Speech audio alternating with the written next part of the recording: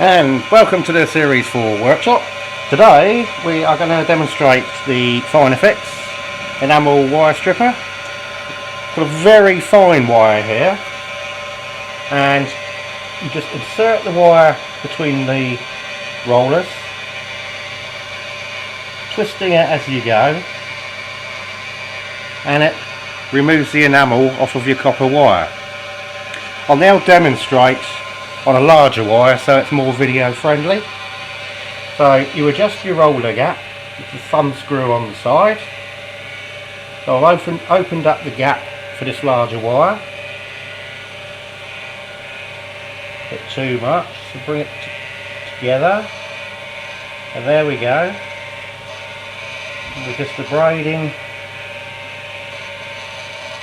the enamel off of the wire, and there we have it.